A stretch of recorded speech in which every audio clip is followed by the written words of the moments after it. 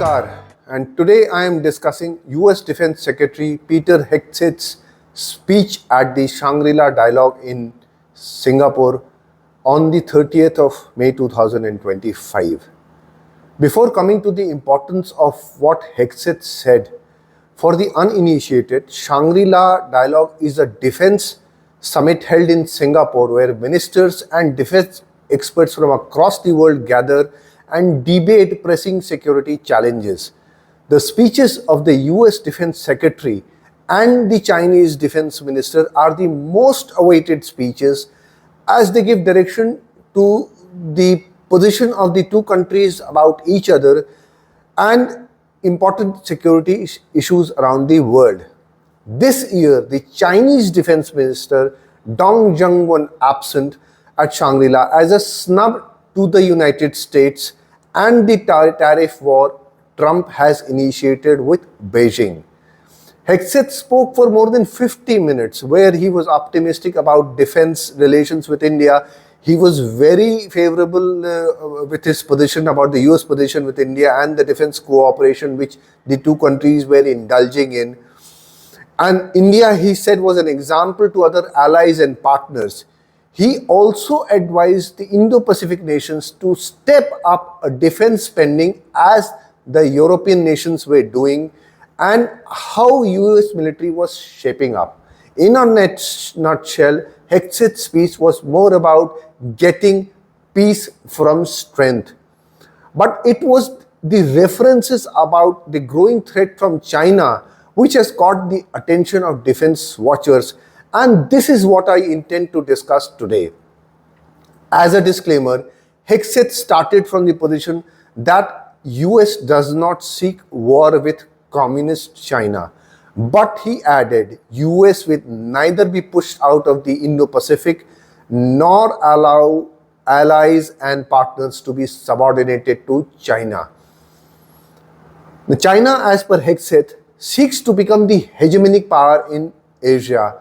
It wishes to dominate and control this vibrant and vital region, said Hexath, through its massive military buildup and growing willingness to use massive military force to achieve its goals. China, Hexath said, has demonstrated that it wants to alter the region's status quo.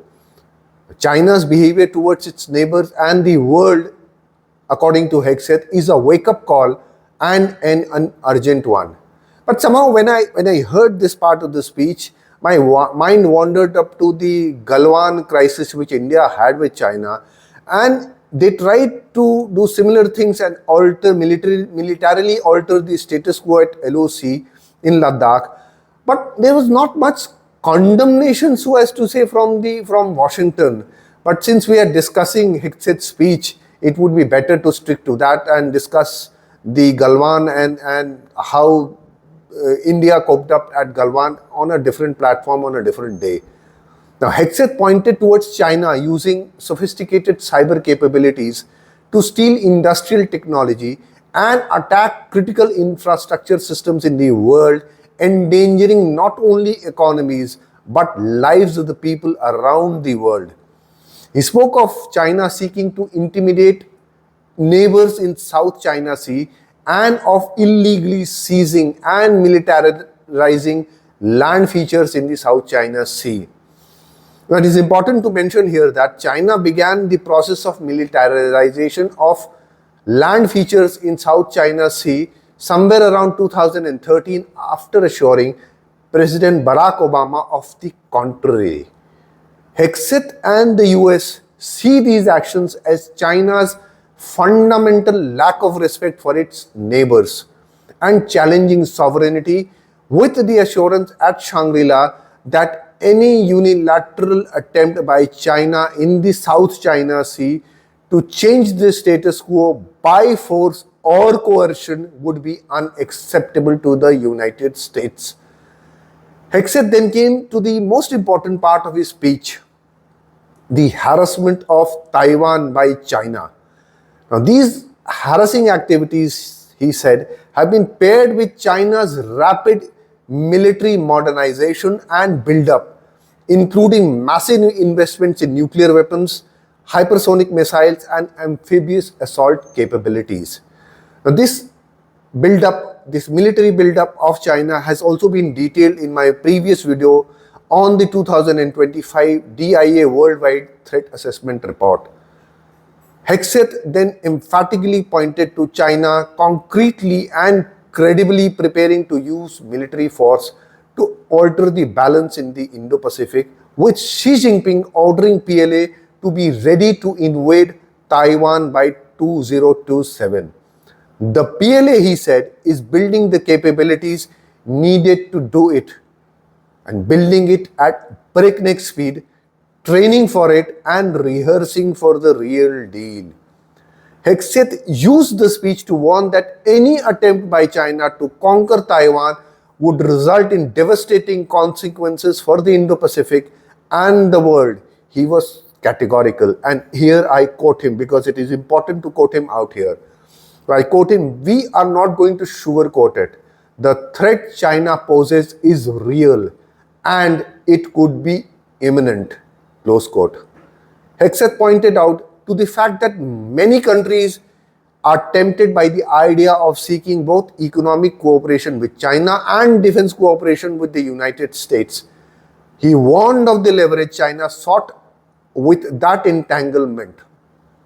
Economic dependence on China, Hegseth said, not only deepened the malign influence but also complicated US decision-making space during times of tension or conflict. Now, undoubtedly there is no doubt that China uses economic influence to wield power. But given the unpredictability of the US decision-making, not many countries, and not many less endowed countries, I would say, can be blamed for seeking Chinese money, despite knowing the debt trap they are getting into. It would be useful to know what US thinks of Pakistan, which uses Chinese money in CPEC and defense cooperation with China, and at the same time is being supported with US defense equipment, IMF largesse, courtesy US, and even using US support to get out of FATF. But maybe we digress. So I come back to Hegseth's speech at Shangri La. Now, he reiterated that the United States does not seek war nor seek to dominate or strangle China. US does not want a regime change in China, and neither does it seek to humiliate China or indulge in these regime change activities. US wanted to ensure that China does not dominate US or its allies and partners. Hegseth concluded that President Trump will not allow China to invade Taiwan on his watch, with a strong combined shield of deterrence with allies. But if this deterrence fails, US, according to Hegseth, will be prepared to fight and win decisively. Semantics apart, and after acknowledging a tough and pragmatic speech by Hegseth, the natural question which arises is whether the US is actually in a position to walk the talk on the defense of Taiwan. Just for an understanding, it would be useful to know that reportedly the United States in the last few months has taken a Patriot missile defense battalion out of the Indo-Pacific in order to send it to the Middle East. This is a massive logistical exercise and operation that required more than 73 military cargo aircraft flights. That's a massive number. And it has sent Coast Guard ships back to the US to help defend the US-Mexico border. On the other hand, now this is where the importance of China comes in and a difference of approach towards Taiwan comes in. PLA aircraft conducted 3,615 flights. 3,615 flights into the Air Defense Identification Zone of Taiwan in 2024.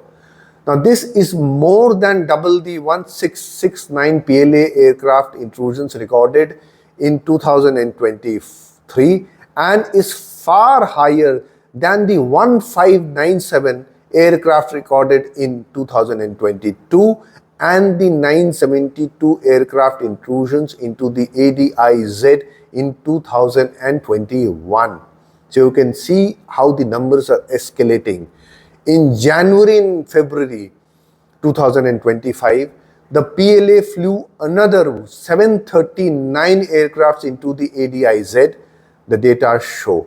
Now, this data is from the Ministry of National Defense in Taiwan and has been quoted by the Jane's Defense Weekly, which we all know is a very reputed defense weekly. So ever since Xi Jinping's 20th Party Congress speech in 2022, where he reiterated that the PLA will be modernized and fully integrated by 2027, and emphasized that while China seeks peaceful unification of Taiwan, but it would never renounce the use of force as an option. Now, by all accounts, PLA is preparing capabilities to counter the US military in the Indo-Pacific region and to compel Taiwan's leadership to the negotiating table on Chinese terms to achieve Xi's goal of 2027. That is the unification of China with of Taiwan with China. Now, PLA has several options to coerce Taiwan, including cyberspace blockade, cyberspace naval blockade, and kinetic campaigns designed to force Taiwan to capitulate for unification or compel Taiwan's leadership to the negotiating table, yet again on Chinese terms. And the idea is also, the Chinese idea I'm talking about, is also to deter potential US intervention in any Taiwan contingency campaign. So the moot question we come back to after Hexath's speech and what China intends to do with Taiwan is what happens now. I'll quote Hexath to make things very clear for the audience. Now, as Hexath warned at Shangri La, I again quote him, "Nobody knows what China will ultimately do, but they are preparing, and we must therefore be ready as well. Urgency and vigilance is our only option." Close quote.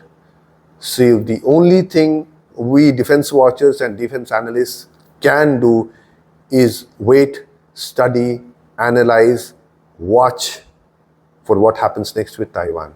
Thank you and Jai Hind.